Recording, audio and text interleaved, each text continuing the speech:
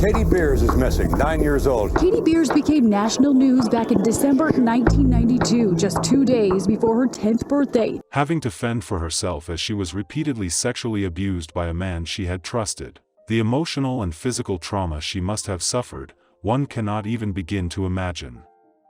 He was going to keep me forever. This is Katie Beers' story.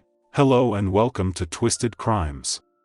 Katie's mother, Marilyn, left her with her godmother, Linda in Guillory, when she was very young. Linda's husband, Sal, sexually and physically abused Katie.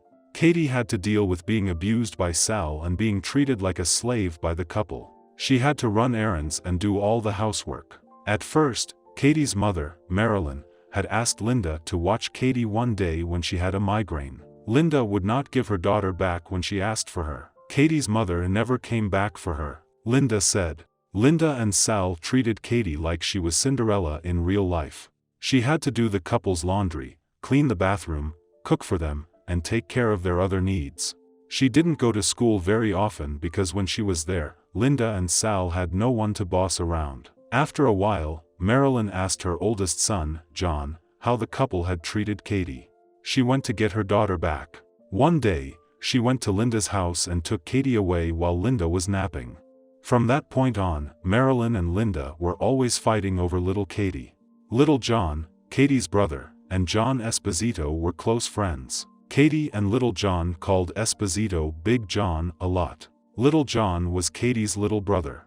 Big John was good friends with the two kids and often bought them things that their mother couldn't afford or took them out for treats. Katie enjoyed her time with Big John and Little John. She could finally play like a kid.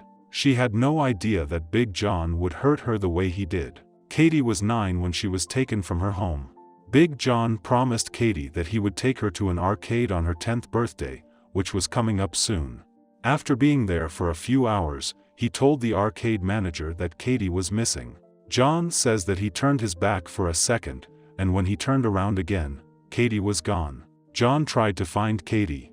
They spent 5 hours looking. When it was time for the store to close and Katie was still missing, the manager knew something was very wrong. John finally called the police, and they went to the arcade to help look for the girl. Linda's nightmare got worse when Katie called her on the phone, clearly upset and crying that a man had taken her.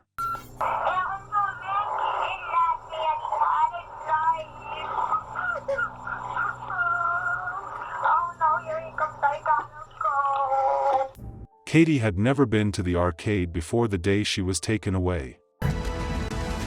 Just my daughter back. The mother told the cops what she could and did her best to help find the missing child. She believed all along that it only could have been Linda and Sal behind the kidnapping. There was reward money out there also. Sal was showing some sort of emotions regarding the missing child. Our biggest concern is that we find this child, well and safe. At this point the cops had to keep an eye on Sal because he has been accused of molesting Katie in the past. Katie was locked in a dark room in John's house. On the day Katie went missing, he had never taken her to the arcade. It was just a trick to get the police to look somewhere else. Deep in his house, there was a hidden room where he kept Katie. I went to hell and back. Behind a shelf in Big John's back office was a secret room that looked like a coffin.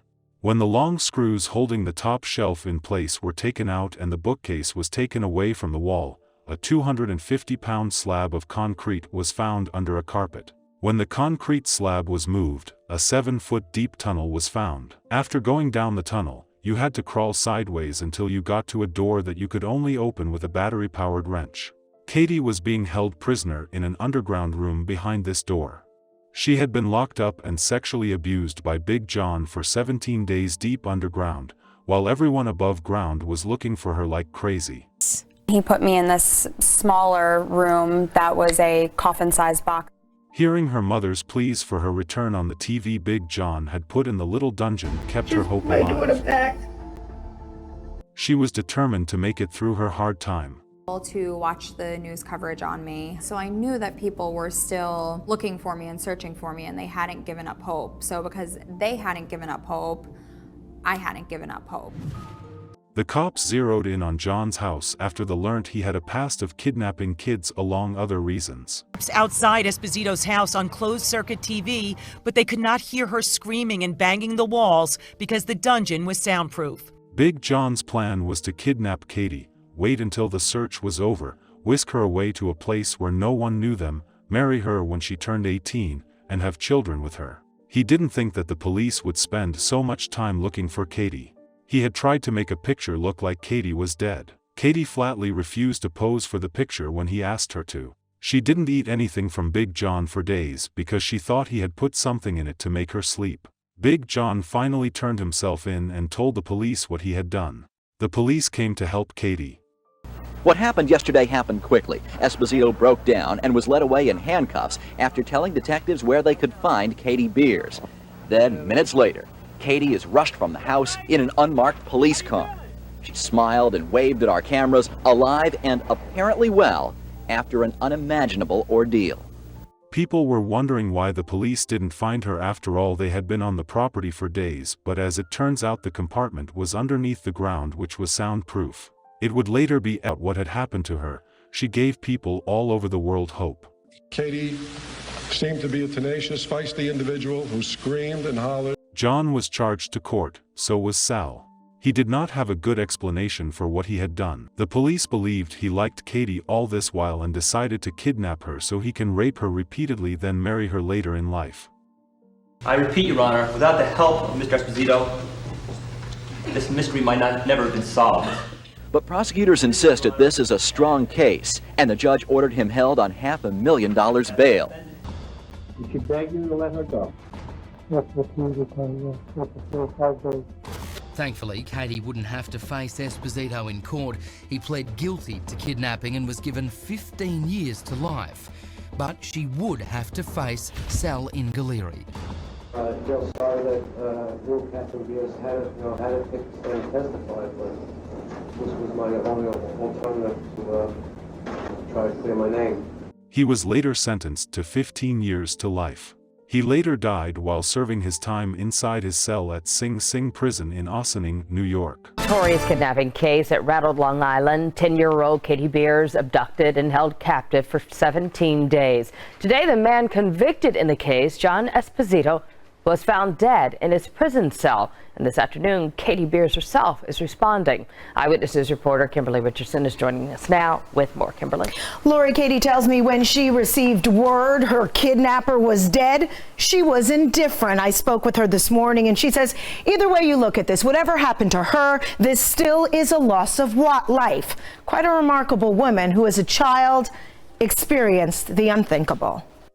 I've been preparing for this day for the past 20 years. I've been preparing for either A, the news of him being released out on parole, or B, the news of him dying in prison. And Katie Beers told me by phone this morning she had mixed emotions when she got word John Esposito had been found dead in his jail cell, the man who in a revolting way destroyed part of her childhood. It's always in the back of your mind, like what if this time the parole board says, oh, he's been in jail enough, let's let him out. I don't have to worry about that anymore. Katie was just 10 when Esposito, who was a family acquaintance, kidnapped her and left her in this dark, cold dungeon 7 feet below his home in Bayshore, Long Island. Left her there for 17 days. It's time to close another chapter in her life. I have had nothing but absolute support from strangers, from friends, from family. It's been phenomenal. Esposito was 64 years old. The medical examiner will determine the exact cause of death, but officials say it does not appear to be suspicious. Sal was also found guilty and sentenced to 12 years in prison, where he later died. Katie now works as a motivational and inspirational speaker, helping others that went through what she went through.